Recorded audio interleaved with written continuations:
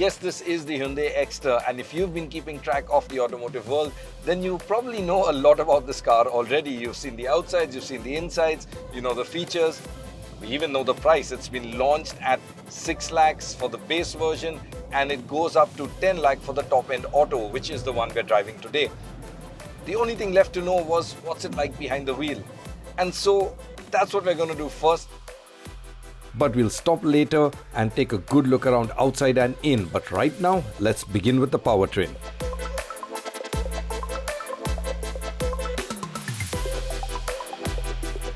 Now the gearbox is an AMT unit, so it's not smooth like a torque converter. But as far as AMTs go, I'm really happy with the car, because what Hyundai have done is rather than have jerky quick shifts, they let the shifts roll gently into the other. It will also shift down a gear or two if you've asked for more power, and the software is quite intuitive. While we've been driving today, I found it drops just the right amount of gears. It's only once or twice I noticed it drops maybe 2 or 3 gears, realizes that's far too much, and then takes one up very quickly. But that was rare, and so as far as AMTs go, it's very well sorted and easy to drive. And unlike other AMTs in the market, it has paddle shifters. And it's quite interesting. I mean, drop a gear like this, it's quite quick to respond. You can quickly overtake, shift up. Like I said, it's not jerky, but it gently rolls into the other gears. Now the engine is the familiar 1.2 copper unit, which powers the Grand i10 Neos, which this car is based on. And expectedly, it's nice and smooth, pretty refined, really no complaints. Power delivery too is very linear all through. It's not that peppy, lively firecracker. Really, that's what the 1-liter turbos are. But it's just fine. And even out here on the highway, I can easily keep up with traffic and also very easily overtake trucks, of course, but some quicker moving traffic too. That linearity in power delivery also means you can rev the engine further. In fact, at 4,500 RPM, it's still building power, and it's only post 5,000 RPM that the journey to the 6,600 RPM limiter is slow, and the gearbox will then upshift.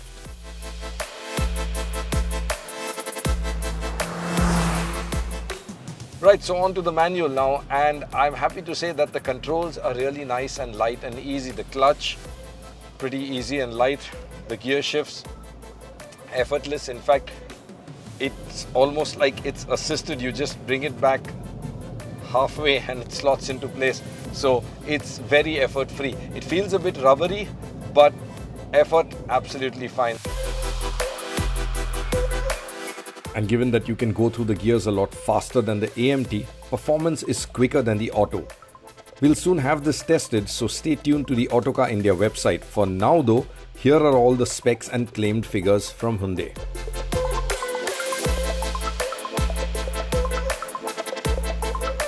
Now the steering is weighted quite nicely, so at low speeds like this, when you want to turn around a circle, it's pretty effortless. What's nice is that it returns to center, and in faster corners it does weigh up quite nicely, and you do feel a little secure and some amount of firmness.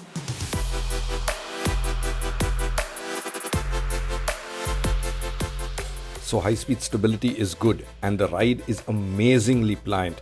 It's only the very sharp bits that come through. Everything else is soaked up really very nicely. So ride and handling is definitely a high point. Not what I expected from a micro SUV lifted off the ground. Speaking of which, so while these mini SUVs may not have four-wheel drive, they do have a good ground clearance. This one is 185 mm, so it sits quite high off the ground, and that should be quite handy at this little flooded section that we are coming to.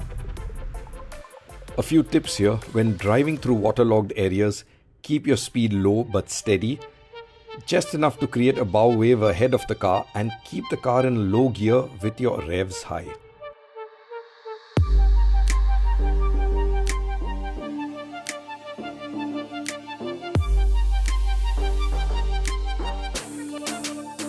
Right, so as promised, we've stopped to take a look at the car, and let me point out some of the highlights. Now, one of the big signature elements is the H in the DRL here. Unfortunately, it's bright and sunny, so you're not going to be able to pick that up, but I'll try and include some photographs so you'll see what I mean. The whole front end is also very vertical, but it's not slab-sided because there's some nice relief here in this contoured shape. The grille area is also multi-dimensional, so it breaks up that slab-sided front and makes it look quite nice. In fact, in my personal opinion, I really like the overall styling of the Exter. It's very funky and it manages to walk that fine line between funky and comic, and I think they've done a good job. But what do you think? Let us know in the comments down below. At the side, the upright stance is very evident, as is also the prominent cladding.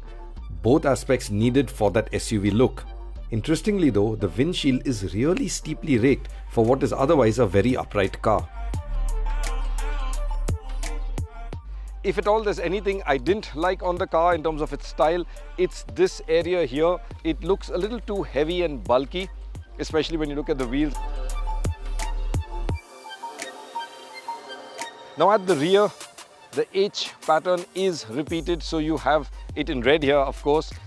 The multi-faceted or multi-surfaced black gloss panel is also on the boot lid. And speaking of the boot, let's take a look inside because it's quite large. It's 391 liters, so that's larger than its competition, like for example the Punch. You can also increase the space by folding down the backrest. Though it's not a 60-40 split, you've got to fold the whole backrest down. So over here at the back, there's plenty of space. In fact, as you can see, the driving seat is adjusted for my position. I'm 5'8" and I have ample amount of leg room. You can also sit back and stretch your legs out because they go under the seat, so there's enough of clearance there. The backrest though is a little too reclined for my liking, but those of you who like to sit back will enjoy this position. The head restraints, there are two adjustable ones. The middle one is missing though, and that's a shame because Hyundai have very thoughtfully provided a 3-point seat belt for the middle passenger as well. Other features, of course, you've got twin AC vents and a power outlet down below. And that's as far as the features in the rear go. Let's hop into the front and check that out.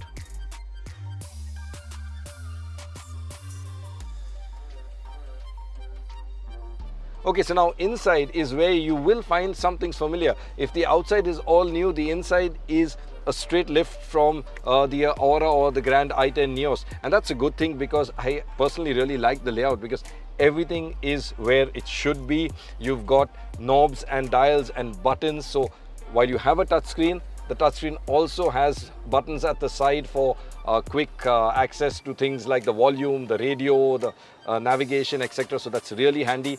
The auto climate control, you can control it through the touchscreen, but there are also dials here which operate with a nice quality feel. So really that's the perfect way to have a setup in my opinion. I'm glad to see that.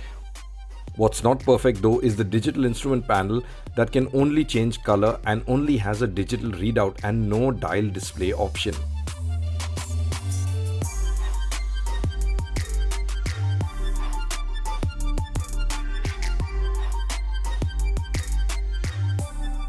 Aside from that, like I said, features, the car is really loaded. So yes, you have the touchscreen, you've got your digital IP here, you've got auto climate control, but you also have a lot of features that are sort of unique in the segment. So you've got a wireless charger, you've got a sunroof, a small one, not a panoramic, but it is a sunroof and people love sunroofs now.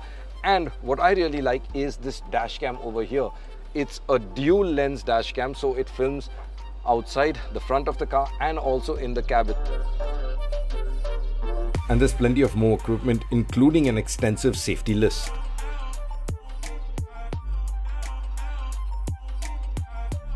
And speaking of safety, you've got 6 airbags standard. There's also ESC available on all trims. It's not standard, but it is optional in the base variant. And that really is a hint of what Hyundai are trying to probably achieve, because for a 5-star rating on the global NCAP crash test, you must offer ESC as at least an option in all of the variants.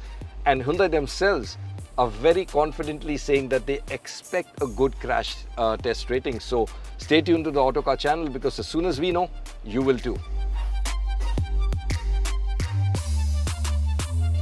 So that then is the Exter. As you've seen, it's a very well put together package. The engine does the job effectively, really smooth, refined. The suspension takes up most of what the road can throw at it.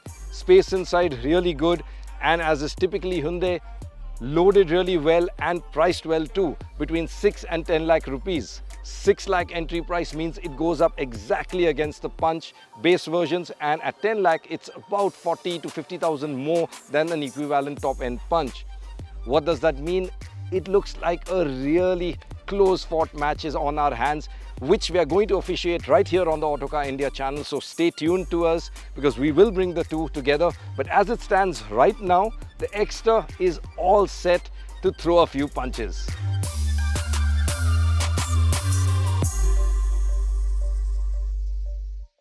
Now, as with many cars today, there's also voice commands, and you do have Hindi and English as well. But there are a lot of other local and regional languages too. So let me check if it knows the language from my state. Sunroof ukte kor.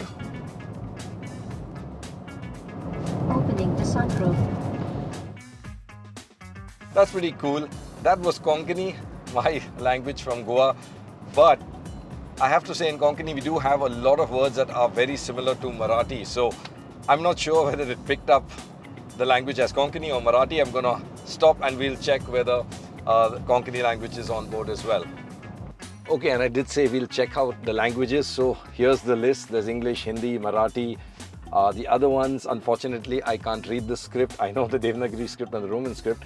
But there doesn't seem to be Konkani, because we use the Devanagari script as well. So I was right, it probably picked it up as Marathi. But there you go, all of the regional languages here.